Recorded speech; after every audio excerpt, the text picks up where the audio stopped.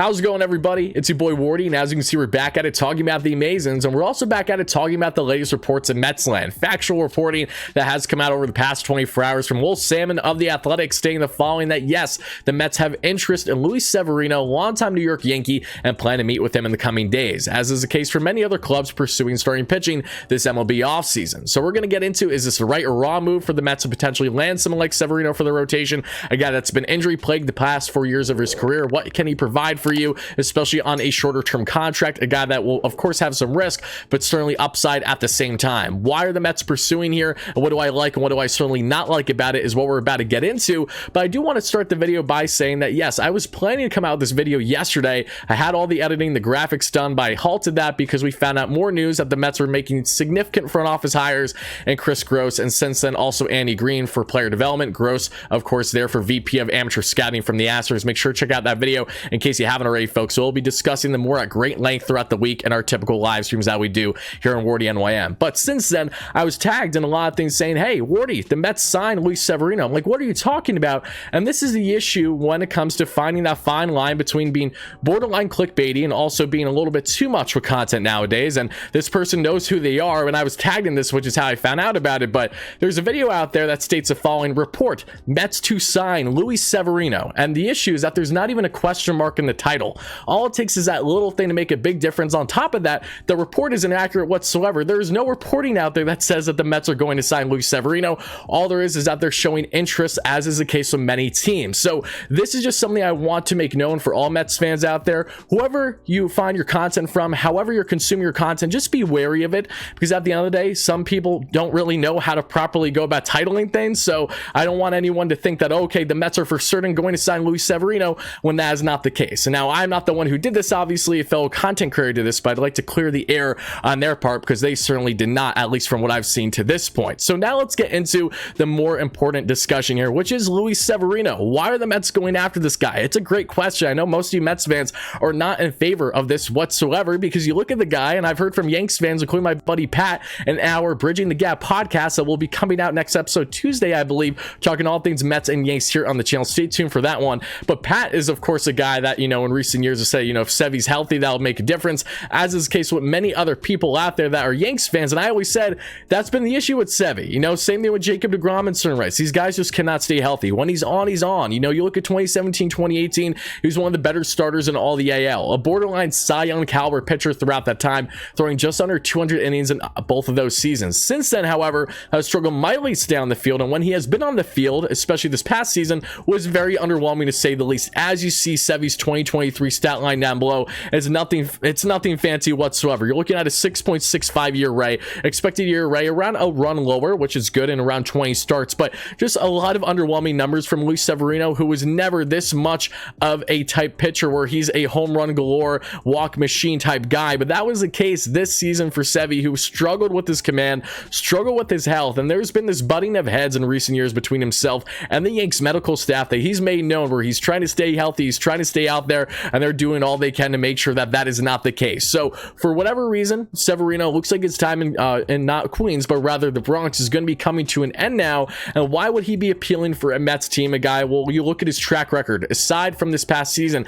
even with his injury plagued years, has still been putting up respectable numbers. K per 9 as best is still well over 10 K per 9. However, this past year was a measly 8 per 9 to the walk rate of 3.4. Not horrendous. The walks haven't been a big issue for Sevy in his career, but something to make note of as he continues to get older. He's only at the age of 29, which is what also makes him very appealing. But even though Severino is destined for it to be a bounce back candidate for this upcoming year for whoever signs him, there are fair arguments for the Mets to not go down this route, and I understand both sides completely. This is a Mets team that desperately needs help for their rotation. There's no questioning that. However, you need to also make sure that you don't have too many wild cards in that position. Say, should you land a Yoshinobu Yamamoto? Say, should you land a mid-level starter afterwards, and then a Severino? The issue is that you still have a lot of question marks with these guys, how they're going to acclimate to MLB, that being the case with Yamamoto, even though I fully expect him to dominate dominate. I cannot wait to see that guy in the bigs wherever he may land, regardless on if it's with the Mets or not. But for Severino, he's someone where, okay, you think, is he going to come in as maybe your number 3, number 4?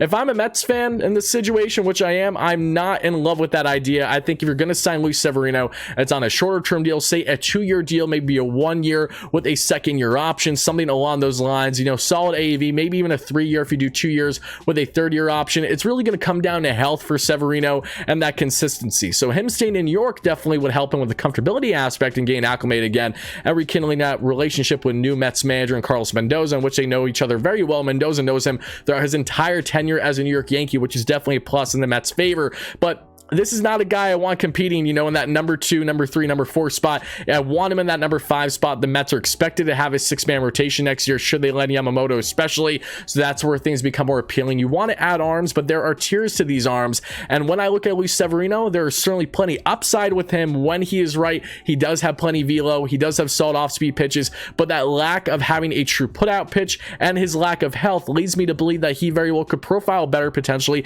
as a reliever in coming years, like he did in sample size in 2021 with the Yanks, in which he did it very strongly. So this is why we have these butting of heads as fans. We have Mets fans out there that are saying, yes, let's absolutely give a flyer here going on Luis Severino, as long as he's going to be competing for, say, the bottom portion of that rotation, your number 5 spot. And then you have fans saying, I want nothing to do with another Yankee has-been. We do not want a Dylan Betances 2.0 situation, a guy that was great for a long period of time but has been injury riddled and is now a shell of what he once was. And for those fans, I find myself a little bit leaning that direction, honestly. You know, as much as I wouldn't hate the idea of Severino on a short-term flyer contract to have him competing for the rotation, that very well could happen. I also completely understand the reasoning for not even wanting to be involved on that front. If the Yanks aren't gonna bring the guy back when they know his medical so well, when they need rotation help, if that is not going to happen, and that's, say, more of the Yanks controlling versus Severino wanting to leave, then that should be a sign in itself that this might not be the best route to go down. So again, I understand the pros and cons. Sevy certainly does have a nice repertoire in his 4-5 pitch arsenal with the heater, and of course with all those off-speed pitches. As a matter of fact, we'll go through them right now.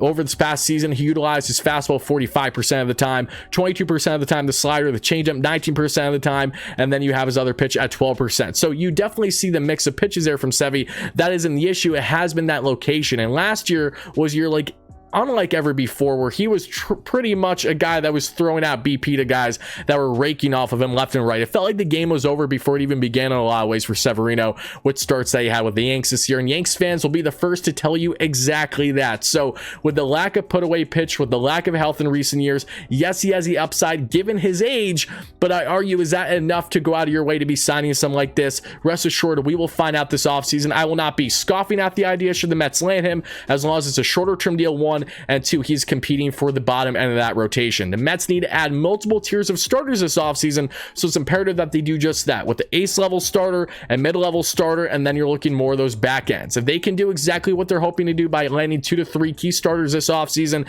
in those respective tiers, and they're going to have themselves set up for success going forward. So Mets fans, Yanks fans, whoever you're a fan of, I want to know your reactions down below to the latest news that the Mets are showing interest in veteran right-hander Luis Severino from the New York Yankees. Do you like this idea? Do you not like this idea? Like I said, I cannot emphasize it enough. I truly understand both sides of the coin here, but I personally find myself wanting to see other options considered heavily, and I think the Mets are going to do that, as a plethora of teams have interest in Severino. So what about him is exactly standing out so much of this Mets team, aside from the fact that he has had plenty of success at a young point of his career? I mean, Sevy came in the bigs around as a 21-year-old, right? He's only 29 now. He's had a tremendous amount of success, but also a lot of struggles in recent years. So why should us Mets fans believe that those struggles and health is going to drastically change as soon as he lands in Queens? What about him is going to make him fully healthy, or at least for the most part ready to go, when the Mets not only need arms for this rotation, but they need durability at the same time? They need reliability. Can you get that in Sevy right now? On paper, no, you cannot,